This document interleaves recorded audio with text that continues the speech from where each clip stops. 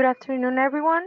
Let me add here some of the organizers as the panelists. We will start in just a few seconds. It's good. Okay, got it. Okay, good afternoon, everyone. Thank you for being today with us. I would want to start with some housekeeping details on how we're gonna work with the GoToWebinar system. For today, we will be we want to acknowledge everyone or to let everyone know that we are recording this webinar for record of the Puerto Rico LTAP Center.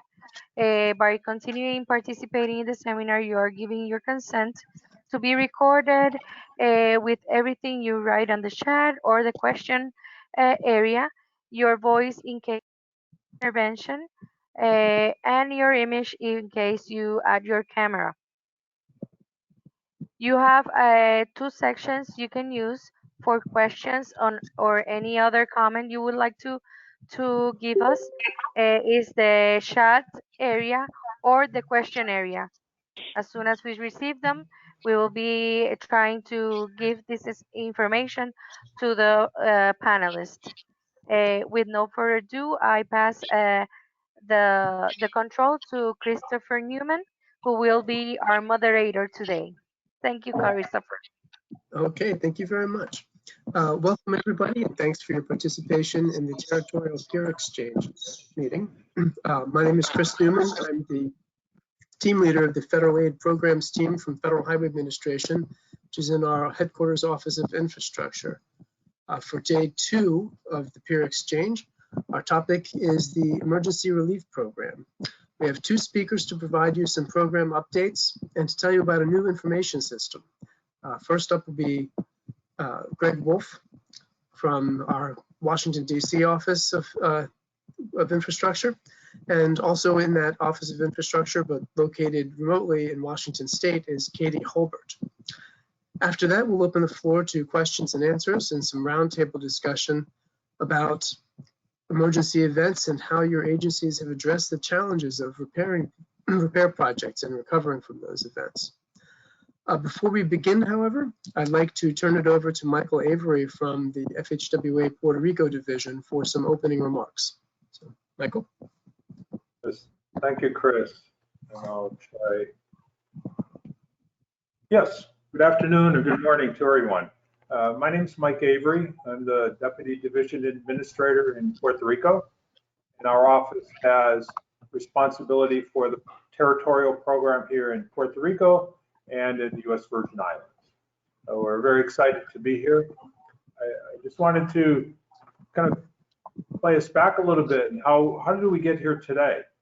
You know, about 5 years ago now, we, Baudet and I and our leadership said, you know, really we could learn a lot from each other. We started with an idea. It was just an idea. There's nobody telling us to do it. We said, we think this would be worth it. And it started the ball rolling. We got the territories to get in it. They were very enthusiastic. They really contributed a lot of time and effort. We got Chris Newman's office very engaged as well. They saw the value in it. And then we said, who can help pull this all together?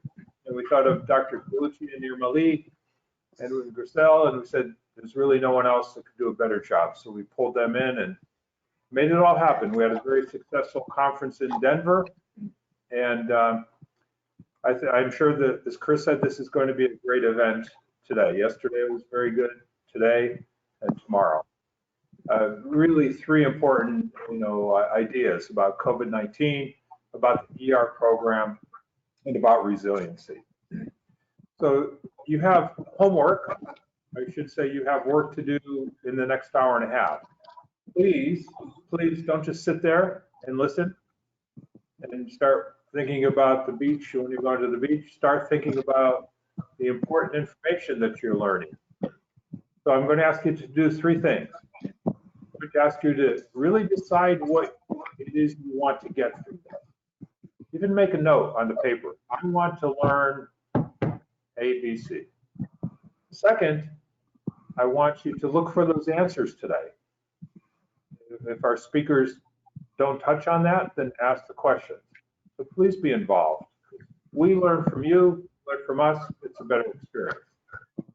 And the third is, take what you hear today, take what you learn today, and take it back to your office and your work, and implement it, make a difference. Okay, so those are 3 things I'm asking you.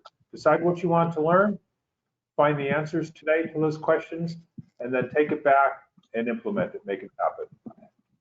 Just like to say one other thing briefly, the territories, we know this, we are small dollars wise compared to the federal aid highway program, but we are just as important. We're much smaller than California, New York, and Texas, etc., but we are equally important. And part of our job is to carry that message forward, remind people of how we are important and why they should pay attention to us. But please be persistent with that. That's an important message to carry back. And then finally, I don't know if you caught yesterday during Commissioner Petty's and Jomo's comments, but they actually went to Washington, D.C., and they sat with the congressional committee that deals with the Territorial program. And they convinced U.S. congressmen and women, that this was an important program, and there's actually legislation that has been passed by the House to recognize the importance of the territories and to increase the funding for it. So again, kudos to USBI. I'm sure we will all benefit from that if it gets through the legislative process, but I just want to make sure that we understand the importance of that.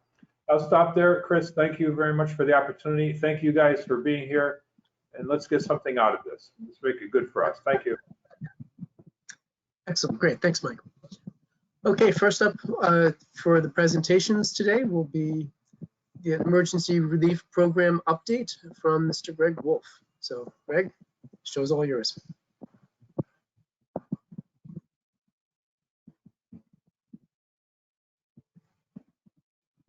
Greg, I think you're muted. Let me see. Okay, now. Thank you. Yeah, I didn't mute it, but it said muted by organizer. So maybe that clicks over when I'm not active on there. You do hear me now, right? Yes. Yes, we can hear you. Good. Okay. And just one slide is going to be shown. I don't have a slide presentation. I'm just going to speak from some notes, but it's going to be a quick presentation. I'm give a quick overview of what ER is. Most know that. Just kind of reminder and focus on how that differs in particularly in the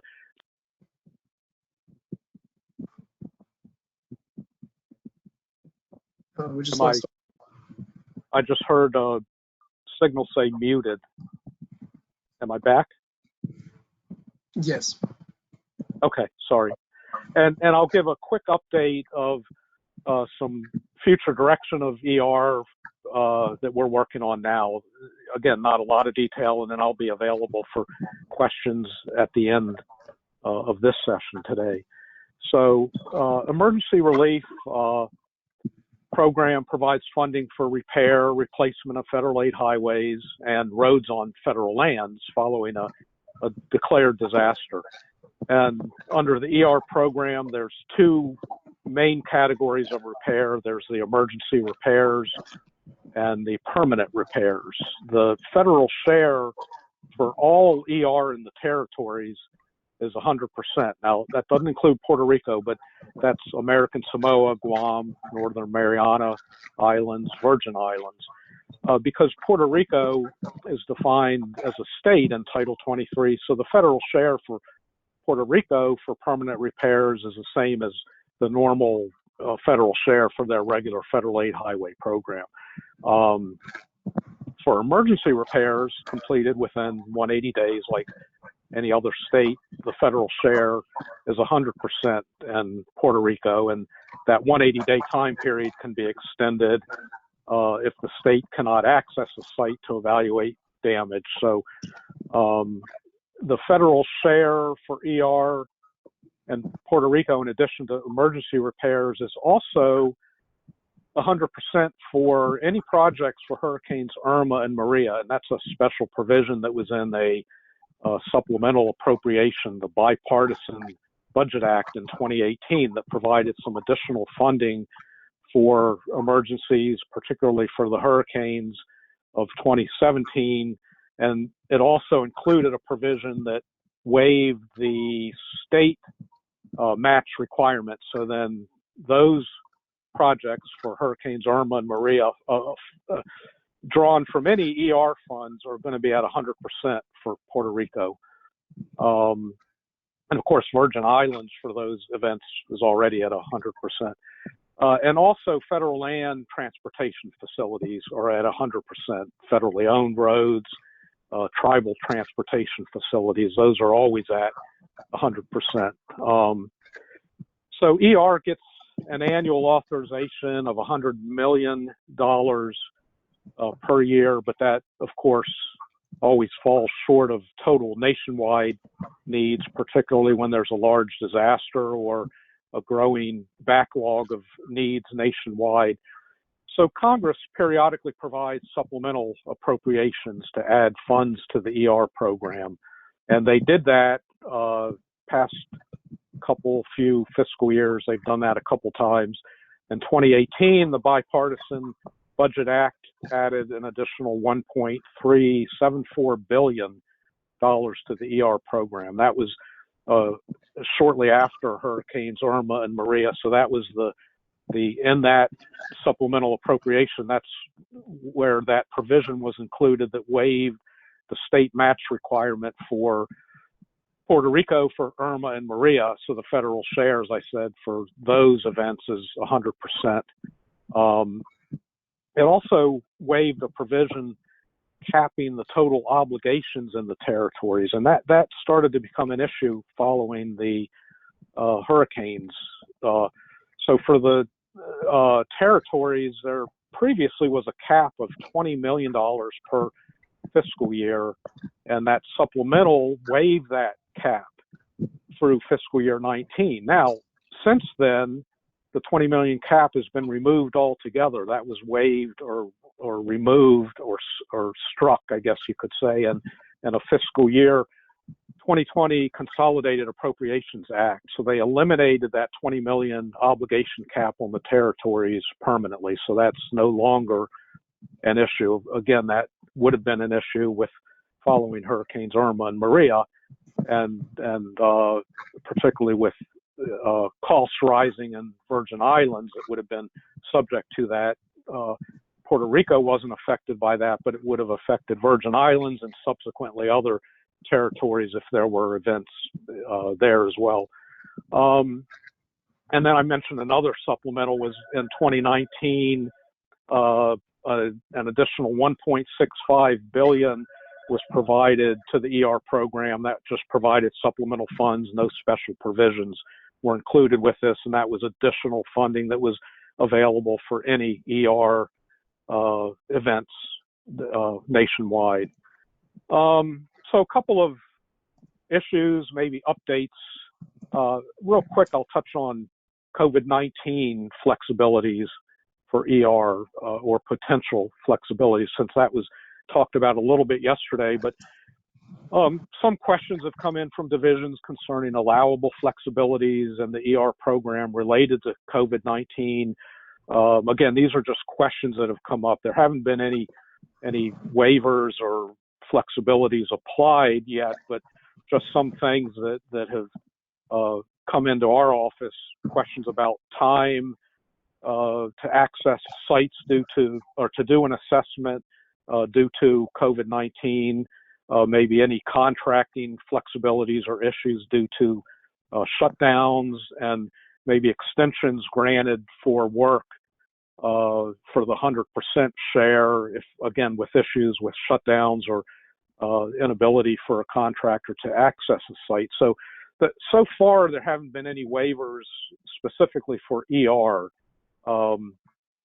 any questions that come in related to that are to be coordinated through our headquarters leadership and U.S. DOT Office of the Secretary. So we're doing that as they come in. Not a lot have come in recently, but again, a couple questions mostly related to federal share and extending any deadlines if available. But right now, all of that's established in statute, so Federal Highway doesn't have the administrative flexibility to waive that at this point, but just something to keep in mind.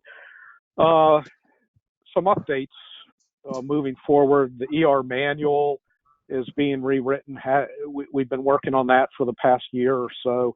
Current draft is now being finalized and prepared for good guidance review, which is what is kind of the last step. It goes through our Office of Counsel to review, and then we'll respond to review comments, and that'll get it prepared to be published and made available and distributed.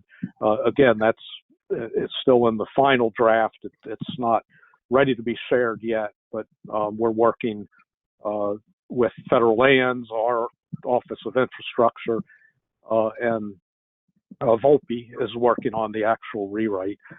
So in that update, some kind of highlight some changes.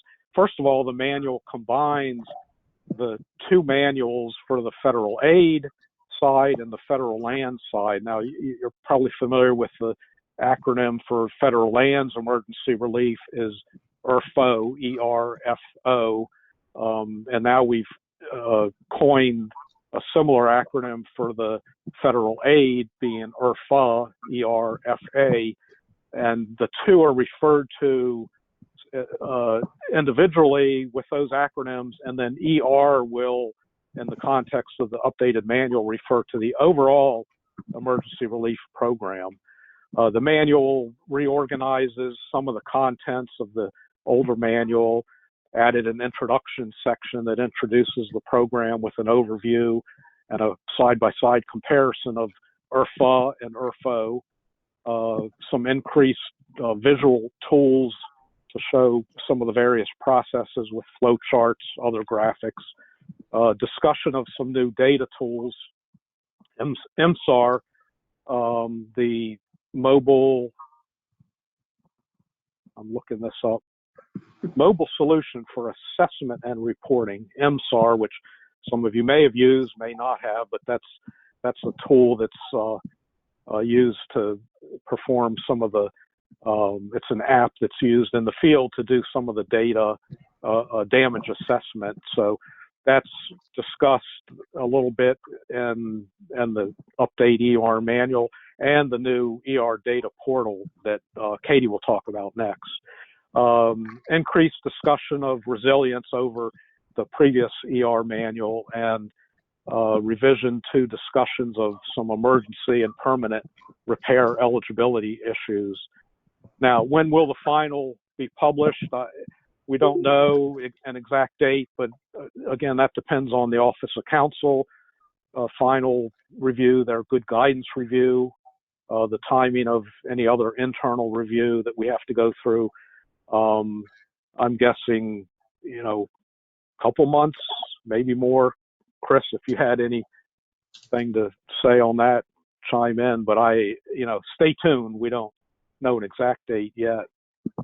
Ahead of the ER manual update, we have been directed to issue some policy papers on some of the issues that needed some more immediate guidance to be put out that will then be incorporated into the ER manual. So back in October, there was a policy paper on resiliency, integration of resilient infrastructure in the emergency relief program. I can share a link with that maybe in the chat or as an email, and if you aren't familiar with that or don't have that, but that's on Federal Highway's public website. Again, that was issued back in October. There's ongoing effort to develop a policy paper covering emergency and permanent repair work and eligibility at 100%, and exploring some flexibility there with overlap of that type of work, permanent work that's done incidental to emergency. Again, that paper is currently being reviewed by council, so it can't be, it hasn't been distributed yet, so I don't have more details that I can offer on the final outcome of this, but with this also, stay tuned for future updates. That will also be incorporated into the ER manual update. I mentioned MSAR, the mobile solution for assessment and reporting. Some are familiar with that and use that, particularly after Irma and Maria. An app that's used for damage assessments in the field to develop the reports, DDIRs in the office. There was a pilot program that has now ended. So the pilot program provided licenses for that app. Now it's up to divisions to pay for those licenses with their own GOE, and states and territories to pay with their own funding if they want to use those licenses. Now, following the end of that pilot program, there were some commitments to some states and territories, Puerto Rico and Virgin Islands included in there. I don't know the exact numbers, but there was a commitment to continue some funding of licenses for ongoing events that had a commitment to continue to use those licenses. There's a proposal to establish a community license structure in the future. So that will be a shared license structure that will make it more affordable to the transportation agencies. And again, I don't know the details of the cost on that. That's up to the consultant that developed this app. Couple more quick things and then I'll finish up. There's a current GAO audit effort on the response to the 2017 hurricanes and related supplemental funding. GAO is early on in the process of data collection stage of this audit, and so they'll continue on with that. That's not too unlike a previous audit that OIG conducted on the 2017 hurricanes, but yeah, they just, GAO's recently started on that, so we're in the data collection stage and assisting with that.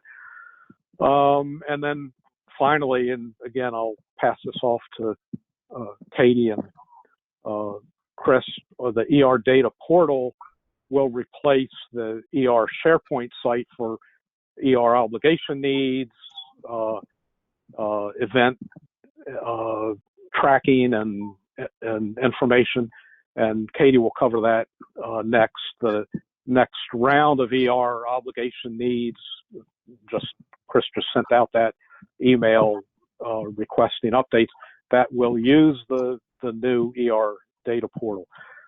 That's it for some updates. I'll be available to respond to questions during the Q&A session at the end of today's session.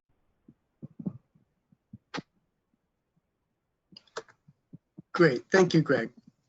We did have one question from Mike Avery while you were speaking, and since we're a couple of minutes ahead of schedule, I can read that for you, and Greg, if you'd like me to field it, I can, or hand it off to you. Mike said, I believe you said delays and extensions due to COVID-19 are not allowed in state status. I believe that probably means statute. Does that mean requests for COVID extensions will not be approved unless the statute is changed? And Greg, if you'd like, I can answer that question of how I responded to other states who've asked a similar question. Yeah, go ahead, because you have, and I've really just passed those on. A couple states have asked that, but yeah, go ahead. You've got it. Okay. Where we've seen a possibility for extension based on COVID would be for a new event. If something were to happen and for whatever reason, because of how the states are doing social distancing or availability of staff to go out and do site assessments, if that is the reason why that's creating the event or the delay, that could be a justifiable reason. I guess that's consistent with what the statute does say. If there are restrictions on site access, then that is a valid reason for extending that 180 days. However, for just general delays in work and things along those lines, we have had conversations within the organization and with council that is not, that's not consistent, and that's not a reason for extending the 180 days. Because again, it gets back to the nature of site access. There is no provision for extending the 180 days for other reasons like work that prevent execution of work. So if there are follow-up questions on that, we can certainly discuss that a little bit later during the questions and answers session. So thank you, Greg. Great update. So next up, we have Katie Holbert, who is here to talk to you about the Emergency Relief Data Portal.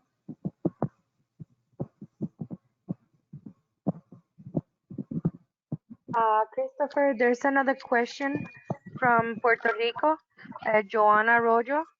She's asking, what is your position on contractor claim for revision, new prices for items in contract due lockdown? That is unfortunately, that's a question that I would have to confer with our office in our headquarters that deals with contract administration. I'm not sure how they've handled those sorts of questions, and we have been advised that when we have questions to talk to, when we do have questions regarding COVID, we need to be able to look at that from the organizational standpoint. So unfortunately, I haven't fielded any questions like that, but that's something we could certainly provide some additional feedback on subsequently. Okay, thank you. Absolutely. Okay. I'm checking if we have Katie. I think we still have not, we don't have her connected yet. But I have another question from Jomo McLean from USBI here. It says, in using MSAR, it would be great if the actual construction costs, once determined, can be input and tracked versus the original DDIR estimates. Okay. I know for sure, and I think Greg mentioned this, that MSAR was a program that was developed by a third party a couple of years ago. And over the last year or so, Federal Highways has been working to secure funding and contracting ability for us to acquire MSAR as our own product. And as part of that effort will be an opportunity to incorporate some enhancements to the program. That is some feedback that I'll pass along to that team. I don't think that that's a capability currently possible within MSAR, but I can see how that would be useful, and I'll pass that along for consideration. Once the program belongs to us, there's a lot more we can do with it in order to make it as effective and useful for partners. Great, thank you. Let me see if we have Katie. I'll be uploading the presentation until we have her. Okay.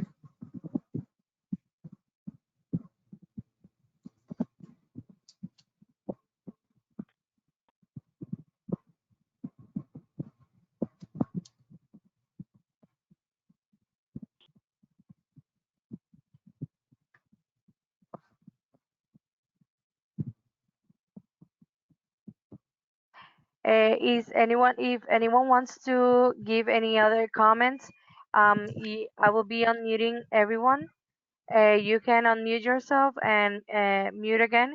If you're having trouble unmuting, you can raise the hand you have with the green arrow, and I will unmute you so you will be able to speak.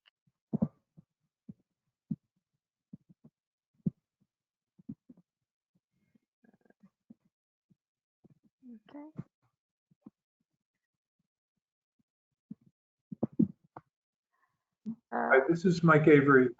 I have a follow-up question about MSAR.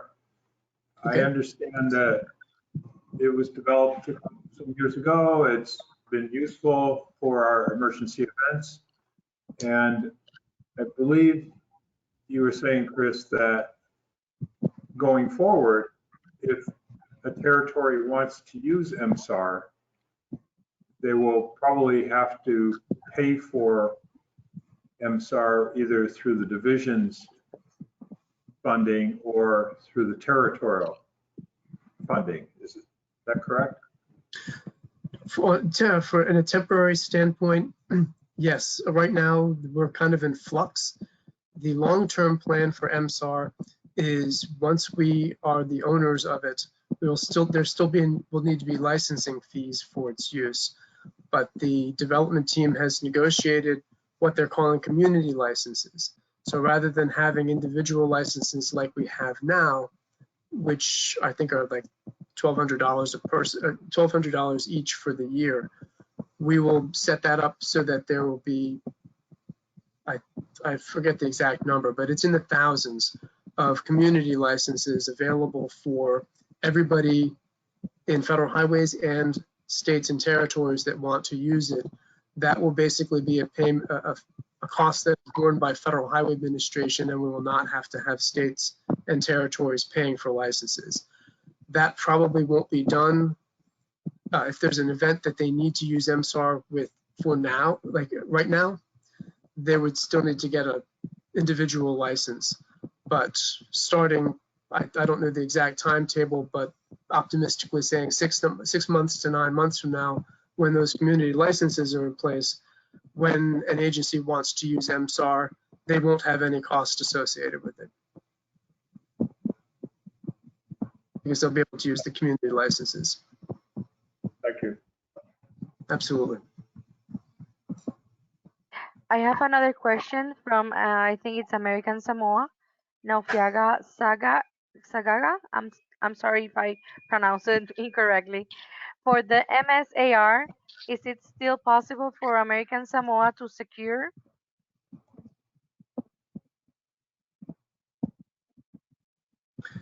Is it still possible for American Samoa to secure a license? Is that the question? Naufiaga, you can unmute yourself and you can clear the question. Okay, you're unmuted. Hello, good morning. This is Estela from American Samoa. No, because we asked for the MSAR because I think we missed on the first run, and we would like to use it for the ER, the future ER, because the ER that we have recently, we use the paper, the DDIR. So we use the paper, we haven't used the MSAR. So our question is it still possible for us to secure with like free license for now? So in that way we can use it while waiting for the community license. I think it's unlikely to be able to get the free licenses, but you'll be able to use the program. They just wouldn't be able to get the licenses paid for by Federal Highway Administration, since that phase of the pilot is over. We actually did have some funding for licenses in a limited fashion, but I don't think that there are any of those left. But I can put you in touch with Jose Granado. He's in our Virginia Division office, and he's been shepherding that kind of availability and the use of the licenses, and can certainly help coordinate if a license is needed. Thank you. Certainly. Christopher, we have another question from Roger Ryder. Roger, you can unmute yourself. Are you ready, did? Okay. You can speak now. Can you hear me? This is Roger. Yes. Yeah, it's kind of a follow-up question to what Chris was talking about. So what's the process that the territories can follow to apply for or use MSAR for ER events that may occur, say, over the next 6 months? I guess In other words, what do the territories need to do to make sure that they're set if they want to use them? I'm sorry, in the transition period, I guess, if there is one. I think the process would be for them to speak with Jose Granado in Virginia. He's the one he's our point of contact for that. He can walk them through the nuts and bolts of that for acquiring the licenses and getting everything set up. Okay, thank you.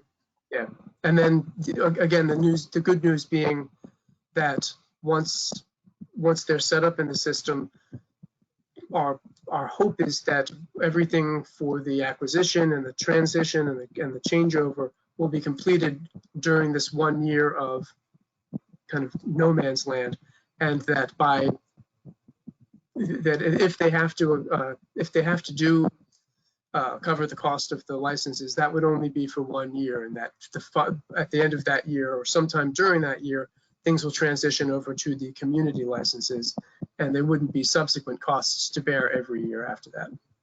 Okay, so you would recommend that they contact Jose prior to any event?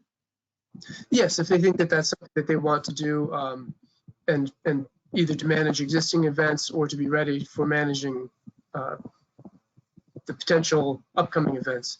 Yes, Jose would be the point of contact. Yeah, thank you. Absolutely.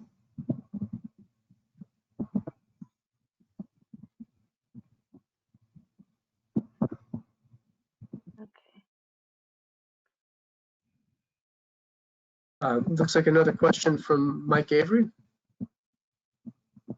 Yes, thank you, Chris. I believe Greg said that in the past couple of years, 2 years, there have been 2 additional actions taken by the Congress that made more U.S. funding available. Kind of the bank account went up, I guess is the way I think about it, in profession, or just in the way I think about it. But what is the status of that additional funding for ER? Is it already committed? Is there a backlog of ER events that kind of it's already committed to, or does it mean there's more money available if when in the future event comes up? Yeah, these supplementals, like the annual ER, are funds that are available until expended. So as long as we have a balance in that, and I should say if they weren't set aside for a specific event, which none of these recent supplementals were, some older ones were, but even that had a proviso in the supplemental appropriations bill that allowed excess funds no longer needed for those events to be used for others. So yeah, they're available as long as, depending on the balance that's available. We've been distributing some of that in the past couple of semi-annual allocations. We combine that with what's deallocated and pulled back to our headquarters allotment, and other past annual funds, deallocated funds, excess funds from any supplemental appropriations. It's all the same use and available until expended.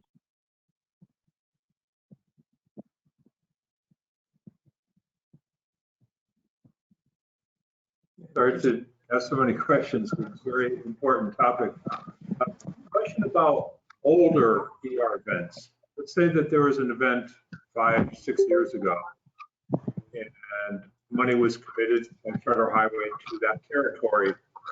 And for various reasons, the projects haven't been completed. Is that money still available, or does it depend on a case-by-case basis, or any thoughts on that? Thanks.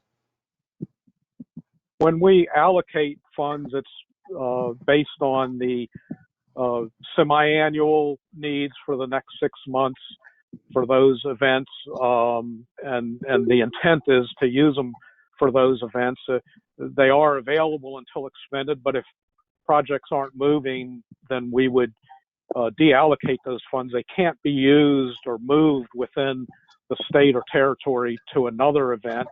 If their excess funds no longer needed, then they would be deallocated made available for other nationwide needs. And then if projects were later, funds were later needed for those older projects that had cost overruns or for whatever need, or new projects, then that request would be made like others on the semi-annual basis, and then funds are allocated based on that. But the funds that are allocated are for the events that they've been requested for over that 6-month obligation period.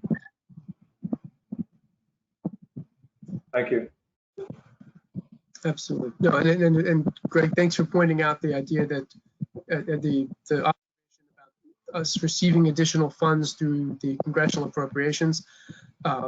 Obviously, with these old events and the continual piling on of new events, the amount of money for the needs within the program becomes very high, and the sum of that is greater than what we would ever have on hand. But that it is the objective of the ER program, and really the whole point of the ER program, to ultimately be able to provide that funding in its entirety for eligible costs. And as Greg pointed out, because of the ability, the 6-month timing, we want to make sure the money is getting there when the states need it, and not before they need it. So just because it's not part of an allocation right now, doesn't mean that it's not still eligible on the next allocation or the one after that. We recognize that there can be many, many reasons why projects aren't ready to go within 6 months, a year, et cetera, of an event, as long as there's that oversight and awareness from the division to say, you know, we understand what's happening, that projects aren't coming out of the woodwork unexpectedly. Okay, Kate, I believe it looks like Katie might be with us now.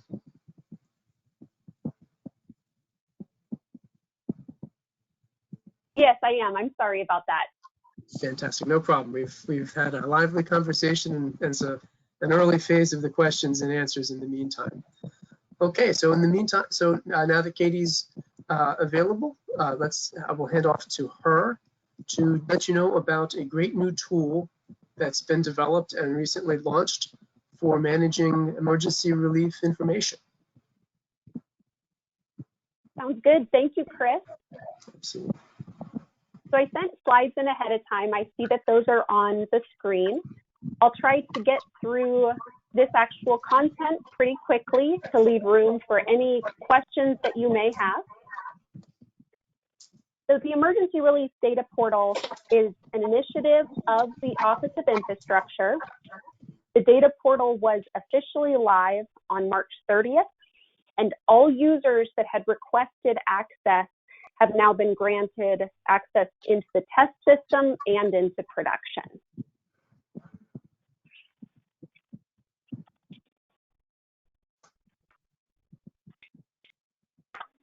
So the Emergency Relief Program receives funding in 2 ways. First, we have a permanent authorization that is for $100 million a year. However, due to sequestration, that $100 million has been reduced in the past few years to approximately $93 million. At one point in our history, the $100 million may have been sufficient to cover the needs, but for some time now, the needs have far exceeded the annual authorized amount. So to handle that, we've received infusions or supplemental appropriations from, in most cases, the general fund. Supplementals are generally enacted after large-scale disasters or when available ER funds just fall short of the nationwide needs. Since 2005, Federal Highways has received over $15 billion in supplemental appropriations. And the latest infusion came in June of 2019 when Congress passed an appropriation for $1.65 billion to Federal Highways.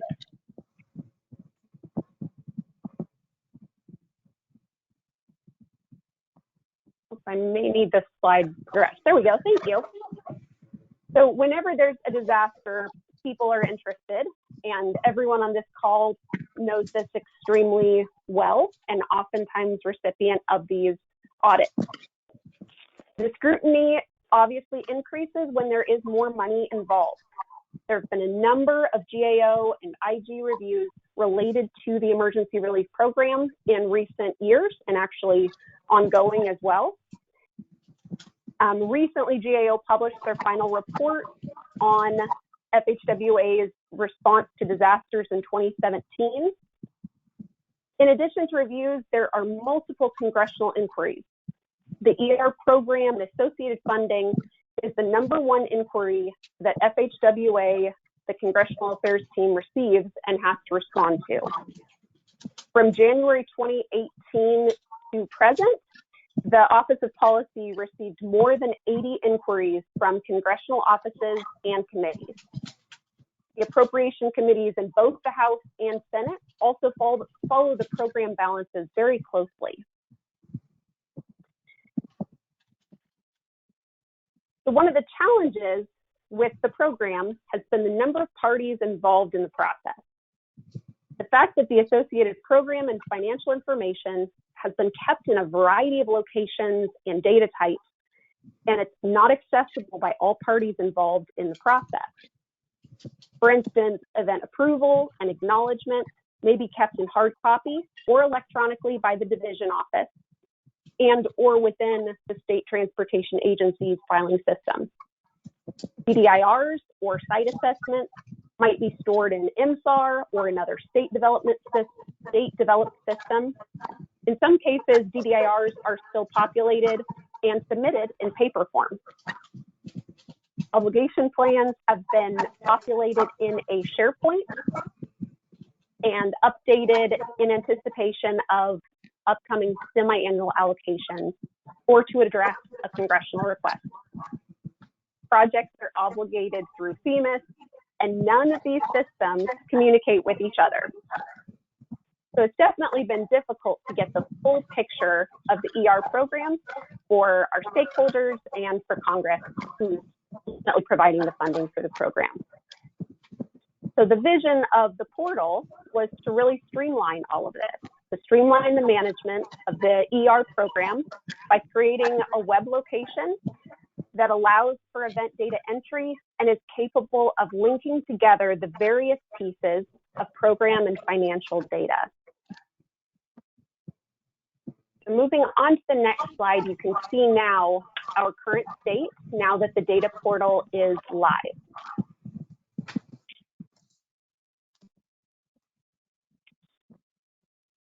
So this revised diagram is the revised state of the ER program management. The data portal provides recipients with input forms and includes a workflow that allows the user to route a populated form from the state transportation agency to the division office and from the division office to headquarters. As forms route for approval, the review process, when you create the form, when you submit it, if there's any revisions, all of those steps are tracked in the system and stored with the event file. When a step in the process occurs, an automatic system-generated email is sent to the applicable users. Each decision point is recorded with the date that the action was taken and who took the action. That audit trail that is kind of created as you progress through the system hopefully will be very helpful in the case of future audits. So in addition to those features, the system also allows for documents to be attached to multiple forms throughout the portal. So definitely on the site assessment, but also on other forms as well.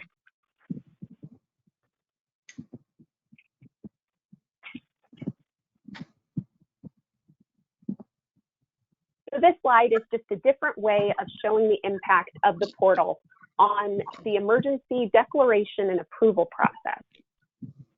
Prior to the portal, shortly after an event occurs, the state would submit, the state or territory highway agency would submit a letter of intent to the division office. And it's historically either electronically or stored in paper. The document is not submitted to headquarters. The data portal does not add or change steps in this process. It just changes the location where a user can complete the steps in this process. The letter of intent can now be submitted electronically by the state or territorial highway agency. And once it's submitted, it can be routed automatically to the division for approval. Once the division office receives the notification that the letter of intent has been submitted, they can accept it, reject it, or return it with comments. No paper copy of the letter or notice of intent is required outside of the portal. And all of these changes in the process will be documented in the revised ER manual update. So you can see on the slide, the only components that are required at this point to be done outside of the portal is the event funding application and the FHWA positive finding or approval. So both of those still are being conducted outside of the system, although we're hoping to incorporate that functionality in the future.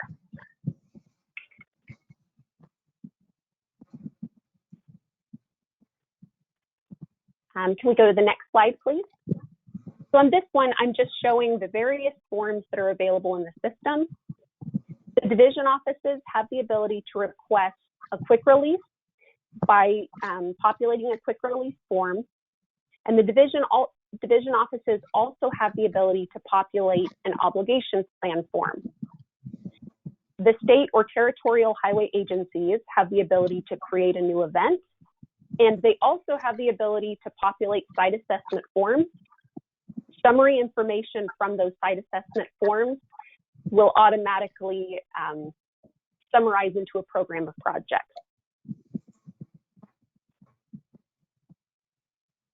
So on this next slide, I just show you a few screenshots out of the system so you can see kind of what it looks like.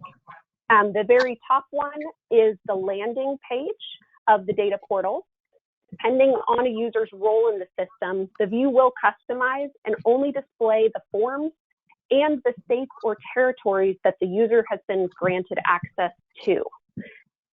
The bottom image is of the funds management view report. This report pulls key information from all forms throughout the portal to create kind of just a one-stop shop of event information. So I realized that I moved pretty quickly through these slides. I'm happy to take any questions at this point or certainly go into more information if requested.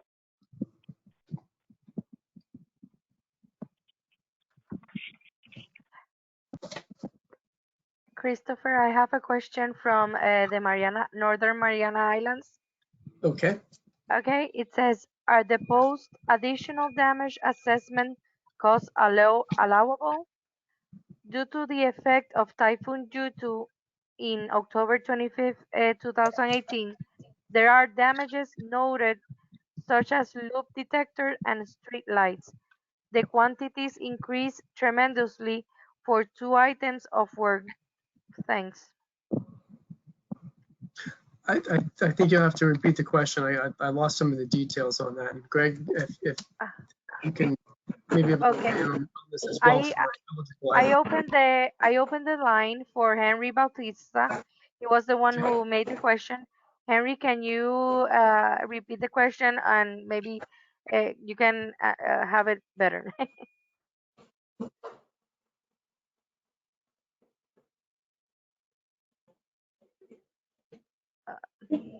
Can you hear us?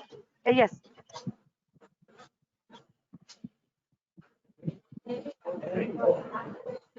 Henry, can you give us your question?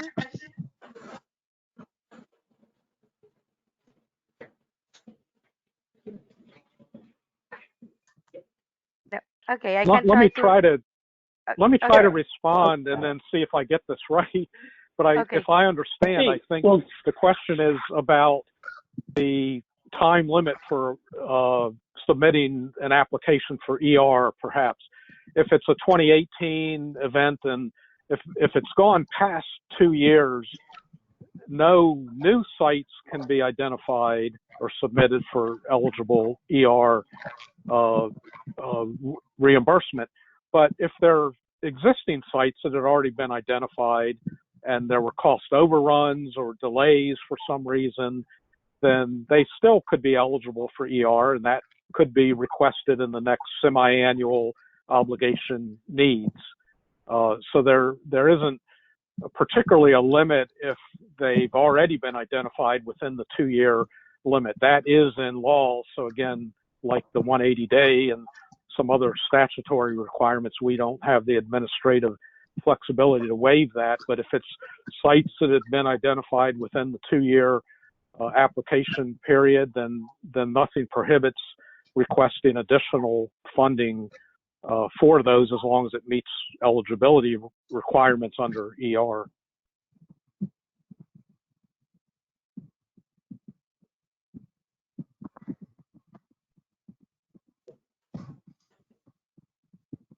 Hello. Yes, we can hear you, Henry. Hi. Good morning from here. I think I got the answer from my question. Okay, great. I see there's a question. Oh, sorry. So we can request additional funding just in case there's an additional quantities that are needed. Yes. Okay, thank you. Okay. I see there's a question in the chat pod from Mike Avery about the involvement of the FHWA Federal Lands Office for additional services, as has been done in Puerto Rico. It says, when an emergency happens, emergency repairs and permanent repairs need to be made. Federal lands can provide design, procurement, and construction oversight services. Who decides whether federal lands will be asked to provide those services, i.e. is that the territorial government, the FHWA division, or others within federal highways or other unnamed parties? And Greg, you can field this, or I think I know what Mike's trying to get towards. Yeah, I'll try, and then you can add on, because I'm not sure I know, but I know we've dealt with this periodically, either an allocation to a division, then a deallocation, and then a transfer to federal lands. I mean, we get involved in headquarters with the movement of the money, but the decision, I believe, happens at the Federal Aid Division and Federal Lands Division offices in coordination with the Territorial DPW or PRLTAP-T² or whoever it is. Chris, any more? That would be my sense as well, that would be something that would be coordinated between, that the division office would be basically coordinating entity between the Puerto Rican government and the territorial government and federal lands in terms of figuring out what's going on. But the division, I think the division really should be the prime mover in that. Mike, does that answer your question? Yes, thank you. Absolutely. Okay. You see another one from Mike here. Is a presidential declaration required for any federal highway ER funds to become available to the impacted territory? No.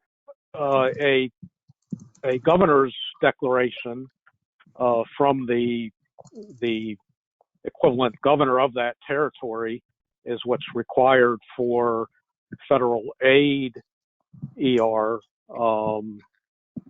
Or a presidential declaration certainly would suffice as well, or a combination of both. That may affect the eligibility and cases of things like debris removal or which areas are located within the declaration, but there doesn't have to be a presidential declaration.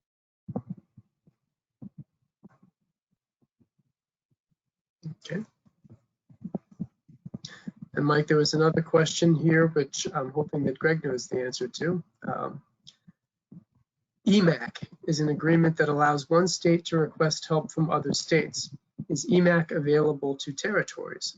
And as a follow-on to that, Can FHWA-ER funds be used to pay for those services provided by other states?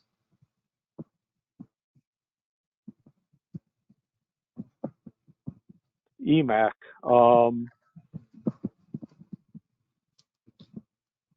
I don't know. I don't know that.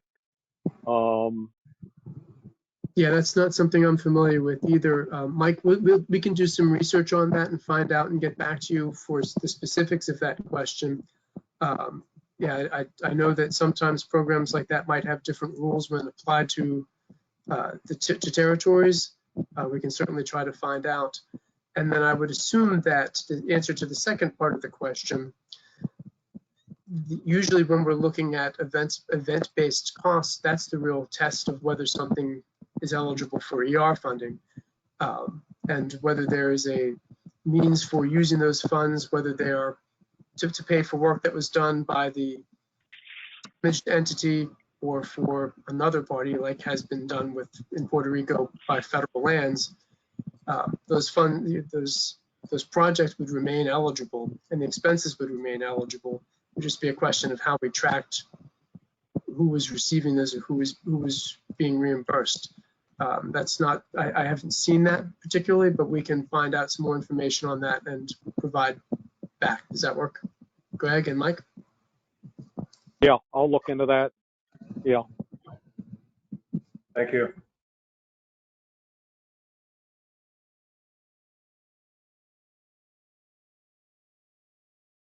Okay, any other questions? I know I think there's another question from Migdalia Carrion.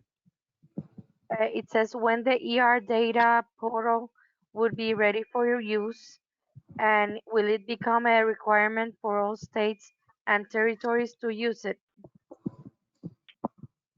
Okay, yeah, thank you for that question. So the data portal is currently live right now, but the distinction there is just that we need to have a UPACS ID for each member to grant them access into the portal. So it is an application of UPACS. If you already use other systems within UPACS, such as Seamless or others, then you would already have a UPACS ID. And that just needs to be sent in actually to the email address on the screen, your UPACS ID, and I can grant you access into the system. In terms of it being a required element, it is required for division offices to populate their allocation needs in the obligation plan in the data portal. It is not required for states or territories to populate either their site assessments or the various forms in the portal. The steps are required in the process to declare an event and to have an event approved, but we cannot require where those steps occur. So whether you choose to continue using paper or other method, or to use the data portal, either way, just the steps need to occur in the process. Very good. Thank you, Katie.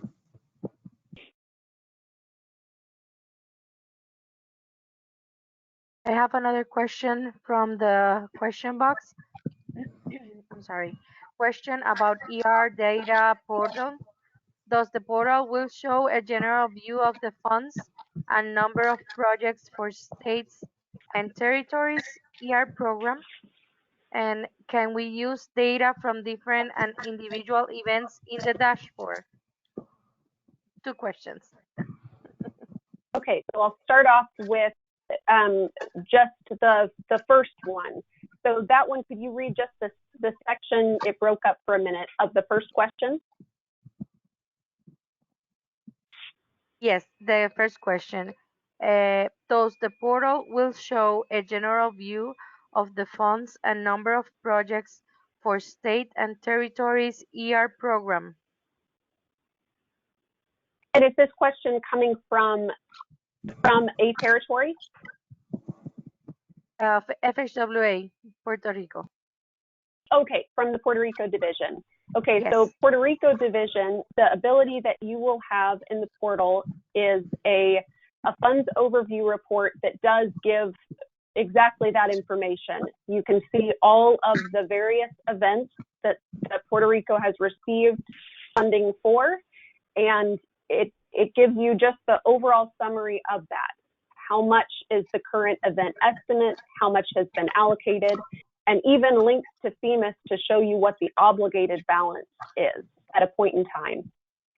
So that really is the overview location that I think you'd be referring to.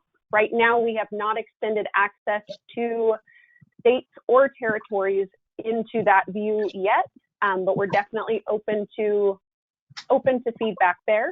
But for the division office, that is a view that you have in the system. And the second question, please. Yes. Can we see data from different and individual events in the dashboard? So I will answer this question that I think this is getting to, but if not, please feel free to speak up and correct me. So when you log into it as let's say you are a Puerto Rico user, you will see all events that have been established for Puerto Rico, and obviously not just what has been established in the system, because that just recently went on live. We migrated in data from other data sources that we had available, such as the SharePoint, even obligation data out of FEMAS, to be able to create more events in the system than just the current ones that have been requested for allocation. So when you go in, you'll see all of those various events that are created. If you see an event missing that needs to have funds allocated or is a newer event, that's what would be created in the system.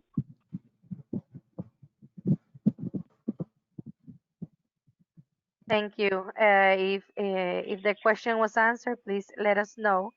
I have another question from USVI.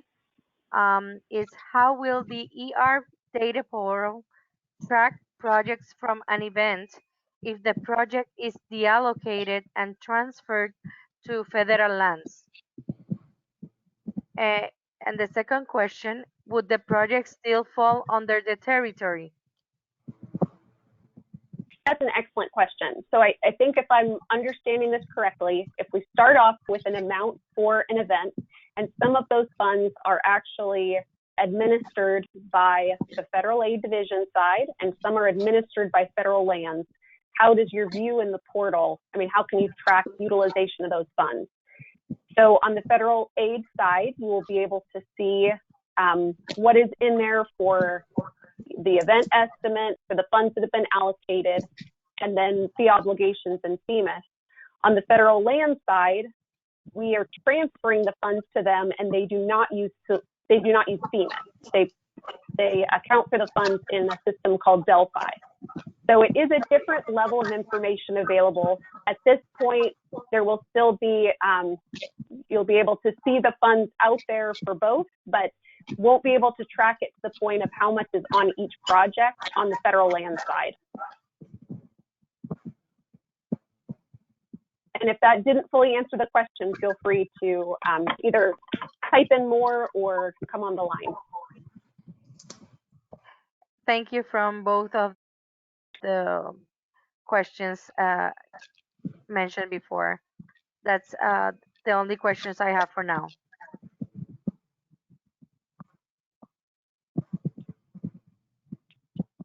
Okay. Well, we still have about 20 minutes available to us for this session, and certainly more than willing to answer any further questions that everybody might have. And just remember that after this is done, we're always available for other assistance and other questions that you might have in applying this for the data, for the either application for the use of the data portal, or for questions you might have about project eligibility and event eligibility under the ER program. It's obviously an area of significant interest. I've always felt it's a very essential program because of the way it helps avoid significant economic distress and program level disruption after an event. States don't have to try to reshuffle all of their money and drop everything that they had planned, because we've got another way of making sure that the disruption to their transportation system is provided through the ER program. Hey, let me add one thing, Chris. Absolutely. Yeah, okay. Just to follow up to Mike on the question about a presidential declaration, and as in between talking, I was looking at the Title 23, and I thought that definition was in the beginning of Title 23, but it's actually in the ER statute, Section 125, and they do talk about the treatment of territories, and that the for the purposes of this section being 125, that the territories, and they name the territories, shall be considered states, and the chief executive officer of each territory shall be considered the governor of a state. Again, that's for the purposes of the governor's proclamation requirement under the ER program. Excellent. Thanks, Mike. Just to let everyone know, you can unmute yourself. If you want to make another question, you will be able to do it. If you have any, let me know.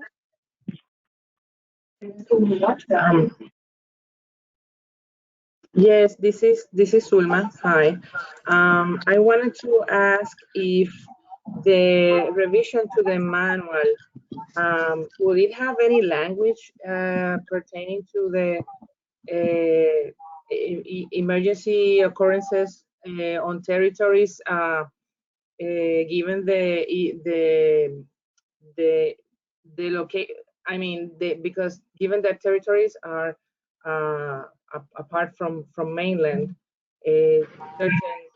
certain things from the manual were like difficult to apply to, for example, Puerto Rico after Hurricane Irma and Maria, and so we, on previous meetings, we mentioned that the manual should address the territories or even the states like Hawaii, which is outside of territorial USA, continental US, different. Is there any section on the manual that will address any particularities of the non-continental territories and states? Not separate from the overall program, because the same requirements apply, the statutory requirements in 125 and the regulatory requirements. One of the big differences is the federal share, and that's addressed in the law, that the territories are eligible at there's no state or territorial share, so that's 100% federal. But that's again, that's in statute. That would be referenced in the ER manual, but that's not a change from previous manuals. The magnitude of events, maybe you're speaking about the size of an event, that still applies across territories, states, contiguous states, or non, that wouldn't be different. Again, that's in regulations, so the manual wouldn't go there. We don't have the flexibility to change that. In policy, that would be a regulatory change. Okay, thank you.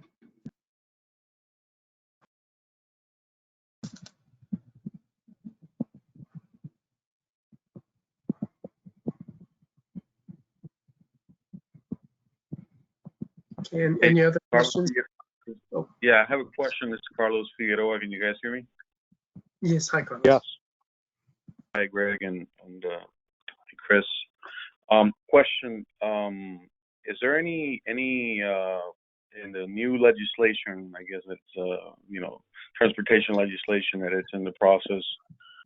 Is there any talk or any discussion or any opportunities for increasing the annual ER fund due to the magnitude and the frequency of events? I don't know that there is. Chris, do you know that? We've not. Yeah. I mean, the $100 million for the ER program has been something that has held steady since the 1980s. And obviously, you know, I wish I could still build projects for what we built in 1988, but we obviously can't. We've not seen any discussions about adding more authorized money to the ER program. It's generally handled through supplemental appropriations to make sure that that extra money is there.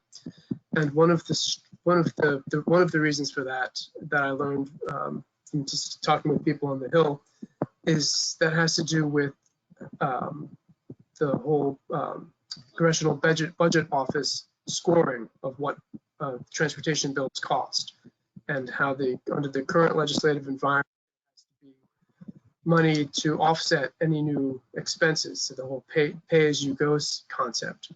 And there has been a reluctance to add money through authorization for ER because they would have to try to find a pay for it. It would score according to the CBO, whereas the extra money under supplemental doesn't. So it's one of those strange ways of how Congress works.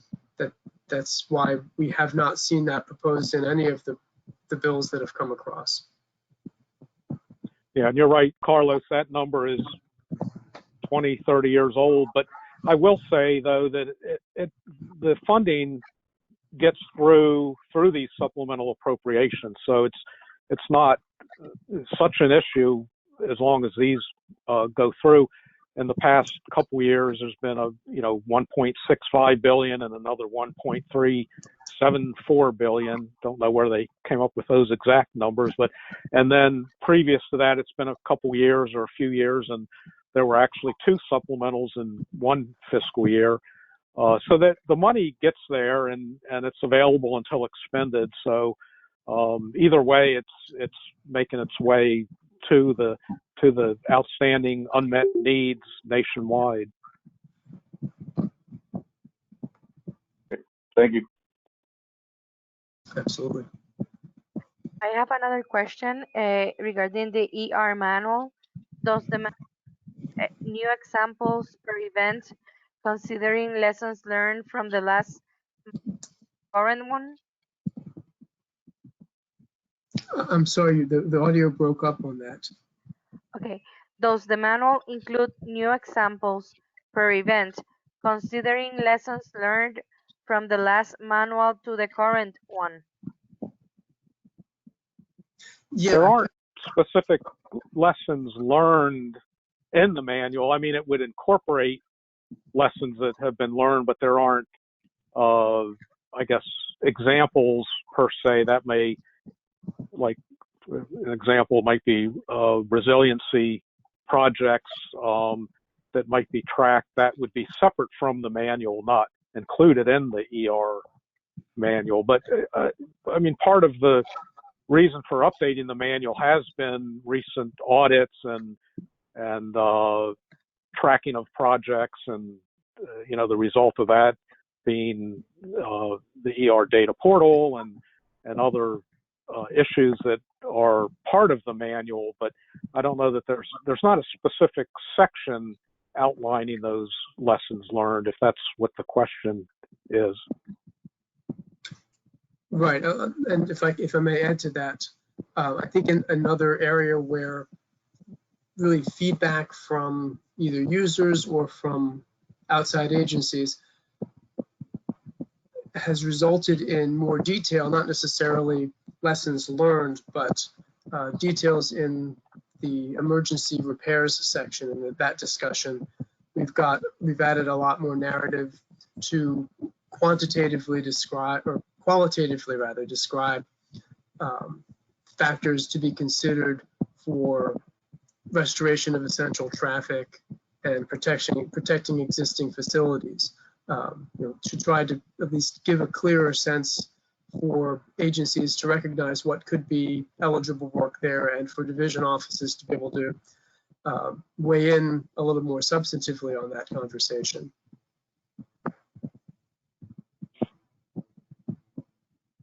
Hey, this is Carlos Figueroa again. What about on the subject of betterments on the new manual? Is there any additional discussion, guidance on how to calculate, quantify those, benefit versus cost? Any additional information on that? We had actually addressed that in an appendix, and as you bring that up, that isn't finalized yet. I mean, the bulk of the manual has been completed in draft form, and we're still addressing some questions, updates, clarifications there. We'd worked on some of these policy memos. One of them was published last October and distributed to the field on ER and incorporating resilience into infrastructure, and it covers resilience. It talks about betterments and the idea of the cost justification, and there's links there to resources that's available on Federal Highway's public website. But that's not in the main part of the manual, but I think we had some discussion of that in an appendix. I don't know where we're going to end up with that. I guess that's up to our Office of Counsel if that would be part of the manual as an appendix going through. I don't think we want to be too prescriptive on here's how you do a cost benefit, but that you do it in accordance with generally accepted accounting practices. We're not, just like we don't tell people how to, mix asphalt, you do what you do for normal federal aid projects. Again, I've seen attempts at that in an appendix. I don't know, Chris, where we're going to end up with that. Format-wise, I think that's staying in the appendix. We did add a little bit more qualitative discussions about the kinds of factors to consider, but as Greg pointed out, we stopped short of being prescriptive in terms of what actual methodology to use, because we recognize there may be more than one way to approach that. But we just wanted to make sure that there is a discussion in the resilience section that does cover the kinds of factors to consider, and we'll certainly be taking a closer look as we finalize the revisions to the document to take a look at that appendix as well, to make sure that it's providing that necessary information. That's very good. Yep. I got one question here. The ER manual. Are you going to provide a training to show and explain the new manual? I think that's been discussion, right, Chris? That's the plan. After it's released, that we would have webinar or webinars that would certainly, discuss updates and any current issues that occur. Thank you.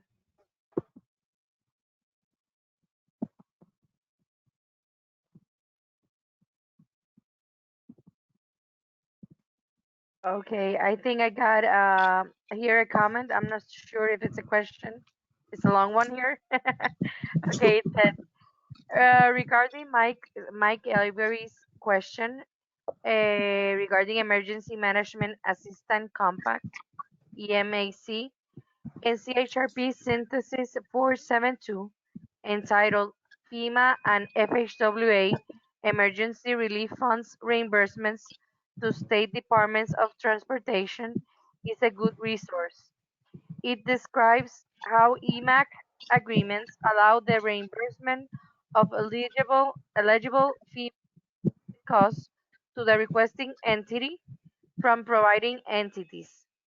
EMAC was established in 1993 and ratified in 1995 by Congress, and all 50 states, DC, and the U.S. territories are members of the EMAC. The EMAC of the EMA of the receiving states collects cost documentation submitted by the providing states, audits, audits, audits it, and then reimburses the providing states. Is this something that we can do with eligible FHWA ER funds? Something we should check out as Mike suggests? Thanks. Good information, a lot there. Yeah, I think I've seen a copy of that NCHRP report. Well, I'll look at it in the chat pot. Anyway, 472, I think, is what you cited. But yeah, again, I'm not familiar with that. We will look into that. I don't know if ER funds can be used for that activity or not. I mean, ER are quite specific on repair, replacement of federal aid highways or federal lands, roads following a declared disaster. So when you start getting outside of that for studies or for costs of assessment or these other activities, I'm not that familiar with it, but here I'm reading that in the chat here. So yeah, we'll look into that. That's a good question, a good topic to become familiar with. Hey, Greg and Chris, this is Roger. Can you hear me? Yes. Yes. Yeah, I'm the one that made that comment, and actually, I just documented just so you have it as your reference. You don't have to take notes and stuff. But it looks like in the synthesis report, it talks about FEMA funds. So I don't know if we can do it with federal highway funds, but it's definitely something that, that's a really, really great idea that Mike has. And I know we've kind of talked about it in the past, and we didn't know if we could do it or not, but the idea is if there was something to hit Florida or something to hit Florida or another state, or say something hit Puerto Rico and Virgin Islands, could we get it from get supplies or materials from another state and then have them being reimbursed? You know what I'm saying? For those eligible costs, but it does look like maybe they've done it with FEMA. Again, the question is with federal highway eligible funds, ER funds. Yeah, that'll be something we'll be taking a close look at, and we can certainly follow up with the division about that after the fact. I think one of the things to consider on that will be that whether, obviously, if it's an agreement with FEMA, that there might be a division within the EMAC of what kind of work would be eligible for ER in the first place, and what kind of work might be other activities like work on local roads or things that aren't, depending upon the territory, what kind of repairs or support or relief is being provided. We want to make sure that there was some provision in there that's showing that this is connectable to eligible ER expenses. But yeah, I think that's a good call. Thanks for pointing that out, and that's something that we can add to our growing list of things to do. I appreciate it, guys. Thanks. Absolutely. Okay, well, we're nearing the set time for the webinar.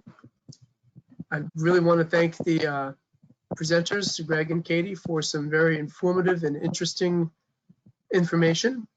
I think it's very timely.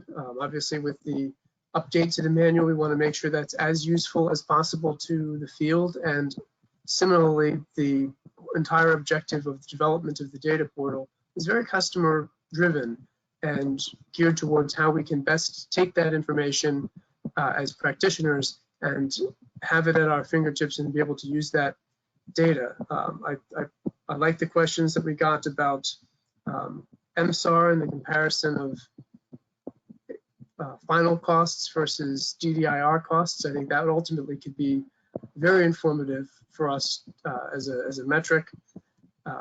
So that there's always more opportunity, and these sorts of forums are a great way for us to share information, but also to be able to hear the kinds of concerns from our partners. So I appreciate the opportunity here, and as I said before, just because we're because the clock is hitting midnight here, doesn't mean that we can't have follow-up questions afterwards, and we are always happy to provide further assistance.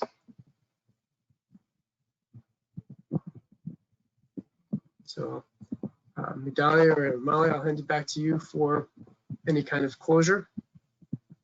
Yes, thank you, Chris. Thank you everyone for joining us. We'll see you tomorrow.